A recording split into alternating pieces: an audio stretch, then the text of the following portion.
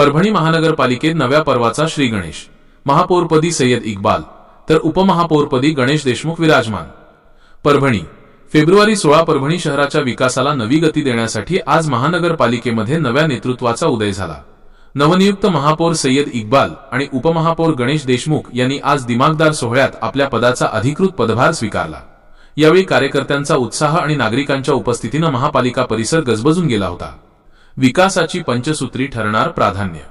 पदभार स्वीकारल्यानंतर प्रसारमाध्यमांशी बोलताना महापौर सय्यद इक्बाल यांनी शहराच्या सर्वांगीण विकासासाठी आपली कंबर कसल्याचे जाहीर केले। त्यांनी प्रामुख्याने 5 गोष्टींवर भर देण्याचे आश्वासन दिले। 1. स्वच्छता अभियान, शहराला कचरामुक्त आणि सुंदर बनवणे। 2. पाणी पुरवठा, नियमित आणि शुद्ध पाणी पुरवठ्याची व्यवस्था करणे। 3. रस्ते सुधारणा, खराब रस्त्यांचे जाळे उपटून दर्जेदार सिमेंट रस्त्यांची निर्मिती। 4. नागरी सुविधा, सामान्य नागरिकांना मिळणाऱ्या सेवा अधिक सुलभ करणे। 5. सर्वसमावेशक विकास, सर्व पक्षांना आणि गटांना सोबत घेऊन शहराचा विकास करणे।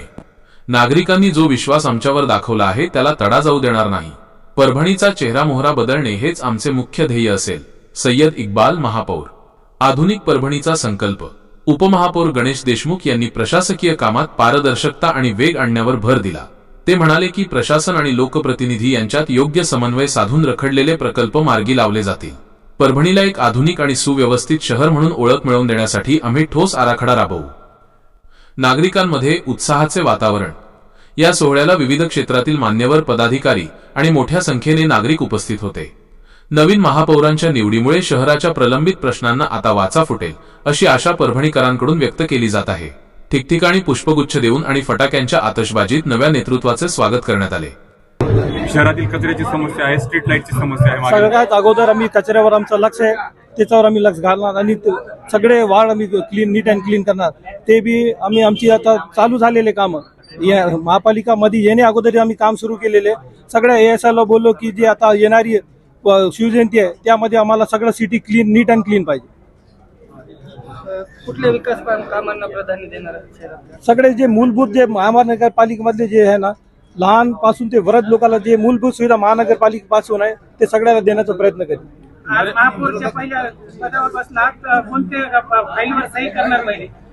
जे सही फाईल येते त्याच्यावर करणार ते आपल्या राज्यामध्ये मुस्लिम महापौरपदाचा ठिकठिकाणी कचऱ्याचं साम्राज्य साचलेलं आहे। काय नेमकं आता महापौर म्हणून विराजमान झाले तुम्ही? प्रामुख्याने आम्ही जे कॉन्ट्रॅक्टर त्यांना बोललेलं, त्यांच्या महापालिकावर त्यांचे जे पैसे पेंडिंग आहे ते आम्ही त्याला व्यवस्थित बोलून त्यांना कॉन्फिडन्स मध्ये घेऊन आम्ही काम स्टार्ट करणार आहोत। शिवसेनेनं मुस्लिम महापौर बसवला म्हणून राज्यभर विरोध होत आहे। आता सोडून द्या ना, नाही ते विरोधाला आम्हाला काय उत्तर द्यायचं नाही, आमच्या कामातून आम्ही त्यांना उत्तर देऊ। शहरामध्ये अनेक स्लम एरिया आहेत ज्यामध्ये रस्ते नाली याची भयंकर परिस्थिती बिकट आहे। आम्हाला सगळ्यात जे काम रखडलेले, मी अगोदरच म्हटलं, जे काम रखडलेले ते काम आम्ही करणार। परभणीच्या धुळीसाठी काय म्हणले? परभणीतील धूळ ते मुख्य आहे ना ते मुद्दा। परभणी महापालिकेच्या कर्मचाऱ्यांचा पगार वारंवार थकतो आणि त्यामुळे नेहमी त्यांचे संपावर जातात। यावर काय ठोस कोणी एक म्हटलं तर सांगता येते, कोणी एक विचार मी उत्तर देतो। परभणी महापालिकेच्या कर्मचाऱ्यांवर पगार पोटी दरवेळी आंदोलन आतापर्यंत जे झालं ते झालं। आमचं सर्वात मोठं लक्ष जे कर्मचारीचे पेमेंट आम्हाला कसं करता येईल त्याच्यावर अगोदर राहणार, कारण कर्मचारी खुश असल्यावर सगळे काम होणार। Okay okay.